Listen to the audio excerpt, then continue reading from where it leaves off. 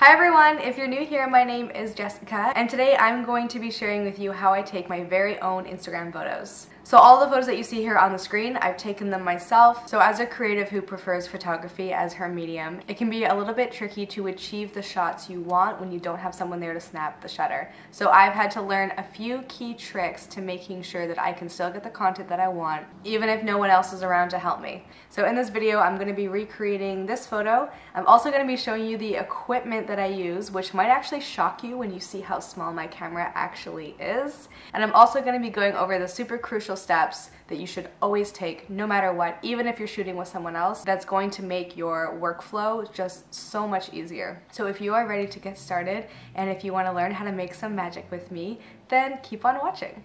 So really quickly before I get this video started, I wanted to share the equipment that I use to capture my content. And this is it. I use a Manfrotto tripod, as well as my Canon EOS M3 with a 22mm lens.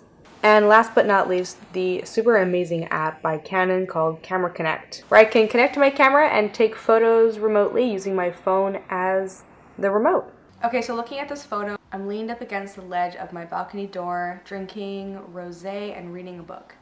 This is one of the spots where I love reading in the summertime, and I wanted to capture that. So I'm going to be recreating this photo, but I'm also going to be making it just a little bit better since my creative flow has changed from May 19th, 2017 to today. And for that, I actually picked up a few things to prepare for this video yesterday, and I picked up some pink roses, watermelon, some strawberries, and last but not least, I picked up some grapes.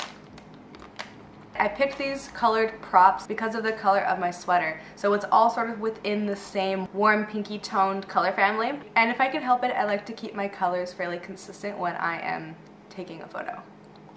So the only prop that I haven't picked up yet is a bottle of rosé. So I'm gonna go down to the liquor store now and pick that up. Props are super important to include in your photos because they add life to your content.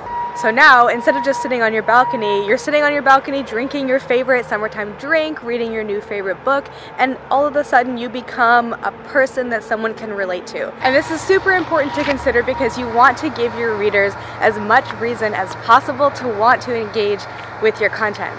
So maybe rosé is their favorite summertime drink, or maybe they're also reading a book at the moment.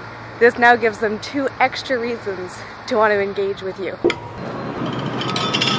Alright, we've got our final prop, the rosé, and this is actually the first creative step in my process to capturing content, is gathering the props. So once you have your props, the second step is picking your location. So since I'm recreating a photo, I'm going to be using the exact same location that I used the first time, which is my balcony ledge. And now that we have the props and the location, the third step is setting up the shot. So time to set the scene.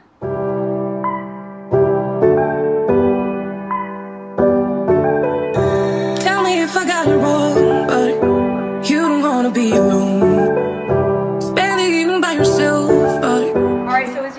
I've gone ahead and set up all the props. The only things that I had of my own were this shag rug, the book, and this cutting board that I added last minute. Everything else I picked up at a grocery store / liquor store. And now it's time to move on to the fourth step, which is going to be framing the shot.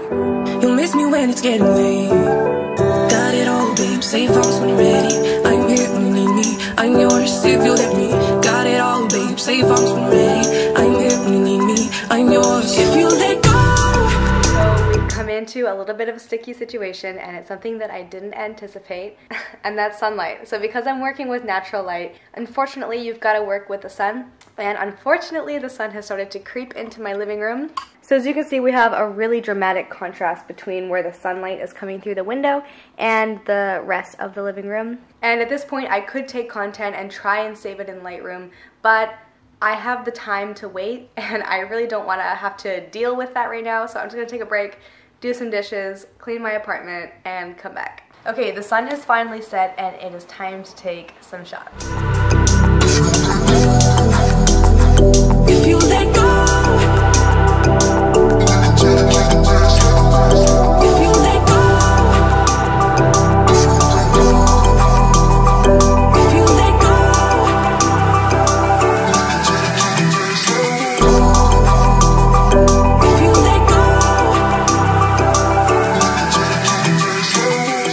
we're done. Finished editing all the photos and I wanted to show you guys the before and after. So here we have last year and here we have this year's photo. Let me know in the comments down below which version you like better. And that is it for this video. I hope you enjoyed joining me as I shared all of my tips and tricks when it comes to shooting my own content, and I also hope that you learned something new today. If you did, let me know what it was down in the comments because I would love to know. That's it for this video, and I will see you next time.